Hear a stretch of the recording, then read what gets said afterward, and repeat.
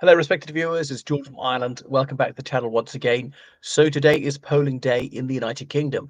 Make sure you vote, unless of course you're voting against the Conservative Party. So what's going to happen? I'm not talking about the outcome. I've talked about that previously. So we know polls close at 10 p.m. Now, if you're in the queue at 10 p.m. already comes around, you shall be permitted to vote.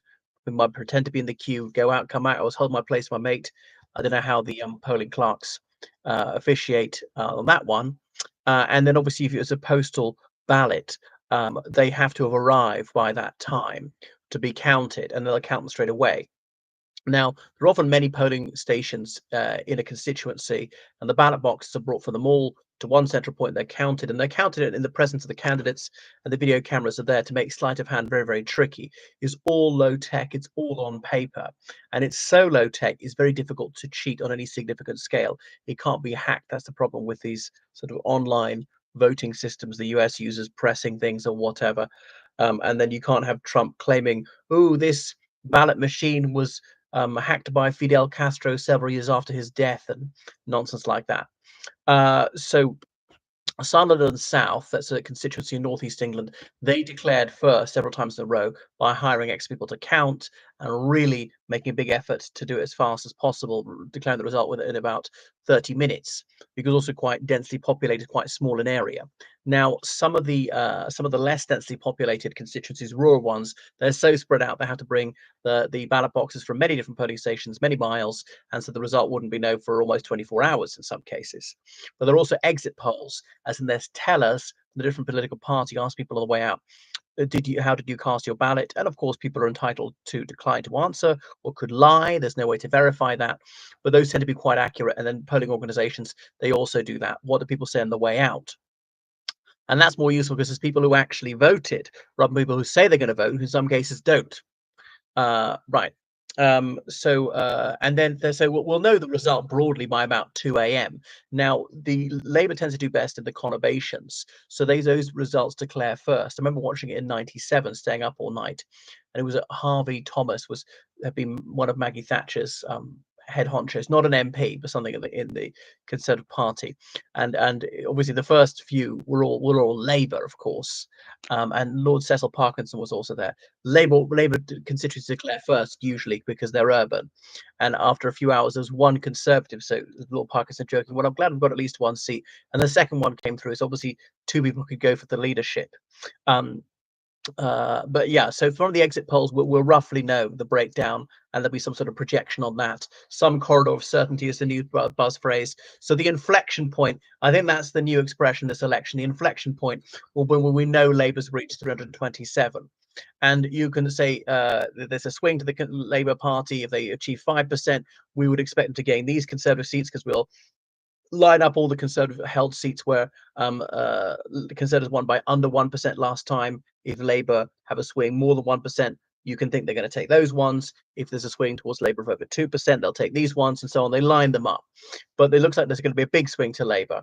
You know, Labour were defeated by 12 percentage points last time, and it looks like Labour's going to win by something like 15 percentage points this time. So that is an unprecedented big swing towards Labour, even though Labour are not going to win by a very high vote share, by less than Corbyn lost with in 2017. One of the big stories this elections has been the decline of the duopoly. The two major parties go back to the 60s would have got over 90% of the vote between them, and this time they're going to get barely 60% of the vote between them. So the minor parties like the Greens, Reform UK have done far better. Liberal Democrats not doing particularly well. Another point, okay, if you take even the three major parties, if you go back to the 60s, the three major parties have got something like 98% of the vote between them. And the three major parties will get way less than that, will get maybe 70%. So you say the minor parties have gone from having, say, 2% of the vote in the 60s to about 30% of the vote now. So it's much more diverse in terms of parties. Right. So what else? And then there'll be also some speculation about this and that. And after polling closes, politicians are willing to be much more candid because it can't affect the outcome of the election. and frank and saying who did what. The blame game amongst the Conservative Party will start already. But we'll see whether the Liberal Democrats make the huge gains they're forecast to make. Based on the last election, people said they gain up to 50 seats, which is ginormous. I don't think it'll be quite as big as that. I'm saying more like 40 seats, but still a very healthy result for them to go from 11 seats to something like 50, back to the glory days of Charles Kennedy almost. Right, so the SNP predicted to lose some seats. How much they'll lose, we'll see. Plaid Cymru to gain. And there'll be obviously some concession seats, speeches. We're waiting for the Portillo moment, some major figure in the Conservative cabinet to be pushed out. Jeremy Hunt, probably Penny Mordaunt at Portsmouth North. We'll see. Even Liz Truss, a quantum prime minister. And that hasn't happened since, my goodness, is it 1918 when Herbert Henry Asquith, the Liberal leader, former prime minister, when he was booted out by the electorate. So I think a lot of people will be quaffing champagne at that point. I will stay up to see the results come in. I remember when Cameron was ushered in 2010. I was so disillusioned, despite being a Conservative. I just really couldn't work any enthusiasm. And I think some Labour voters will feel the same about Labour coming in. It'll be more in relief than in elation. They shan't be rejoicing. It won't be the things can only get better theme tune by D Ream On that was that really played Labour to victory in '97. I remember that victory party outside a Royal Festival Hall in the South Bank of the Thames in 1997. I wasn't there. So we may well be seeing 2 decades of Labour government come in. And when Boris is not going to come in because he's yesterday's man and he can't stay in politics. He had to get back into Parliament in the first place. He may well be seen as toxic, as damaged goods.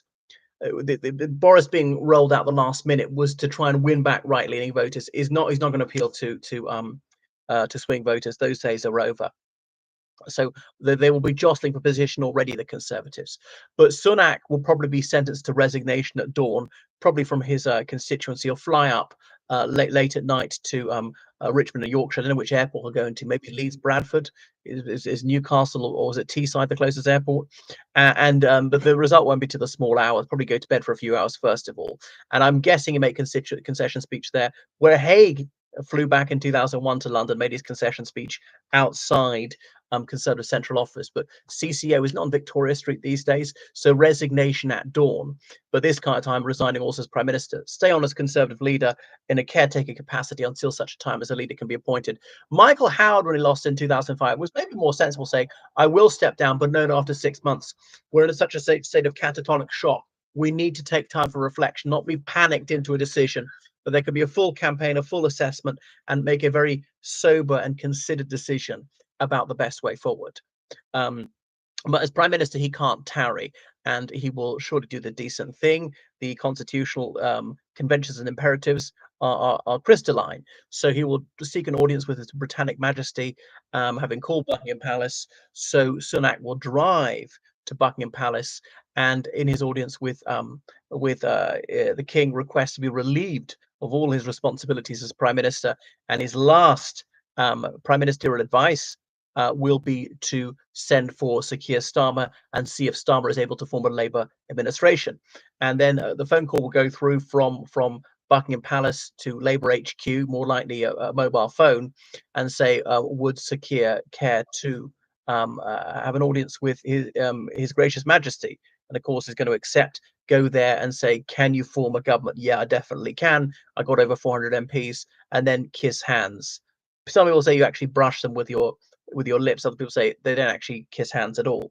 It's just an expression. It's not filmed, so we don't know. Memorably recreated in The Queen, where Helen Mirren played the late Queen, and who was it? Michael Sheen played the loathsome, oleaginous Tony Blair. But anyway, and so then he will drive to 10 Downing Street. This will be like sort of 7 or 8 in the morning. Some speech supposedly he's going to extemporize, but no doubt he's learnt it and revised it. It will be sort of delivered with all the panache of the talking clock. And that's what, how about robotic, loathsome Sir Keir Starmer deliver on the steps of 10 Downing Street. But I close my eyes. In some ways, I'm comfortable with it. I suppose a safe pair of hands, not that disgraceful, just the dullest man of Britain, evil in his own way. But not particularly worse than most of them. So it's going to be horrendous. Just because I'm bitterly disappointed with the Conservative Party does not mean I'm going to overlook just how ghastly Labour's going to be. And so that's how it's all going to pan out. I have to pinch myself. It's hard to believe that my goodness, in a little over 12 hours time, we'll know the result. Within how many is it, 16 hours, 18 hours, there will be a Labour government. It'll be a very, very long time before there's a Conservative one at all. Again, will there ever be a Conservative one? We're not sure. There might be a complete reconfiguration with Reform UK playing a major role in politics. I don't see it myself, but go on. Goodness, so it's going to happen. It's fated now. It's all far, far too late, and it could have all been much better under the Conservatives. So that's what's going to happen over the next few hours. The cabinet announced, not necessarily in their shadow cabinet position. David Lammy as shadow foreign, Commonwealth and Development Secretary won't automatically get that portfolio in government, though I think he will to fill this one. I mean, I just, hard to keep lunch down thinking that Jess Phillips is going to be charged of domestic violence, one who commits domestic violence herself, and so on. An absolute imbecile, a harridan like Angela Rayner, though she is a sexy chick, to be Deputy Prime Minister. What a national absurdity. So I live in dread. That's how it's going to play out. Sir Ed Davey, no doubt jubilant because there'll be some very credible results from him. A complete non-entity is going to stay under his role as leader of the Lib Dems for several more years. And the Greens cock a hoop to have a second seat. Plaid Cymru gained. The SNP lost, but maybe not too badly. What can I say? So fairly terrible result for the Conservative Party. Not quite the near extinction that people think it's going to be. Not to reduce to 50 seats. But if Labour do far less well than expected, I mean, Starmer will still stay on for Prime Minister about 5 years, but it'll be a bit of a shock to the system. It's very hard to envisage any scenario where Labour don't get a majority, 326 at least, even if it's not massive majority, even if it's not sort of 400 MPs sort of level, but though I think it will be. Right, that's what to expect. Thank you for watching my channel. So make sure you subscribe to me on Patreon and you donate on PayPal with the greatest possible liberality. GeorgeCallahan79@gmail.com. I urgently need your generous donations in order to keep this channel going. Okay, goodbye, everybody, and make sure you vote Conservative.